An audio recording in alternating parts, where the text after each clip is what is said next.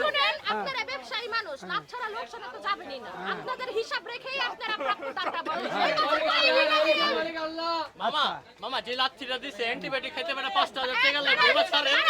বাংলাদেশের ভোক্তা আইন অনুযায়ী একটা গ্রাহককে যদি কোনো গরু আপনার লাথি মারে, আপনার তার ভর্তুকি বাবদ আপনাকে ট্রিটমেন্ট করাতে হবে। সেও দিতে মাত্র 5000 টাকা কম রাখছে। আর কি রাখছে? না না, আমার কথা, আমার গরু, আচ্ছা না না, আমার যেতগুলো গরু আমি বিক্রি করি, আমাদের লয়ারের সাথে কথা বলতেছে। এই 1000, 2000, 5000 দেড় গরু কারবার।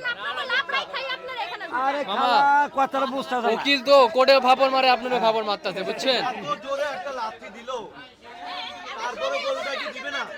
দিতেছে তো, দিতেছে। আছে আছে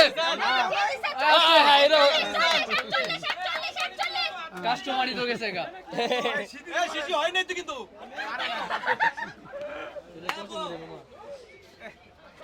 বন্ধু ভাই দিছেন? বন্ধু ভাই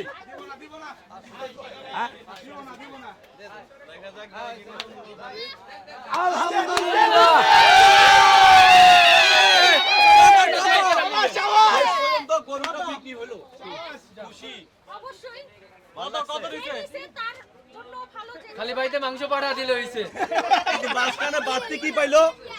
গ্রাহক কিছুই পায় একটা লাথি খাইলো। যদি এই গরু আগে দিত তাহলে আর লাথিটা খাইতো না। না, গরুর হাটে আসতেই হবে লাথি খাওয়ার প্রিপারেশন নিয়ে। তুমি গরুর হাটে আইসা তুমি এসির বাতাস খাওয়ার চিন্তা করলে তো হবে না। লাথি খাইতেই হবে। গরু আসতে লাথি দিছে, ওনার দুই রাতের কথা ছিল। শিখিয়ে না। ওনার শরীরের যে হালাত, উনি মনে বাসায় ভাত খায় না, লাথি খায় উনার পাশে দুই পাশে যাওয়ার কথা ছিল, উনি ঠিক আছে। না, আমার গরু হলে ভাইয়া ভাত খান বাসায় যায় না বেশি না করে। না, আমার গরু তো শিক্ষিত গরু, এই জন্য ব্যবহারটা ভালো। আচ্ছা ঠিক আছে, এবিসিডি পড়ে? হ্যাঁ? ব্রাজিল না না, আর্জেন্টিনা? বার্ষিতে বসে। ব্রাজিল না আর্জেন্টিনা?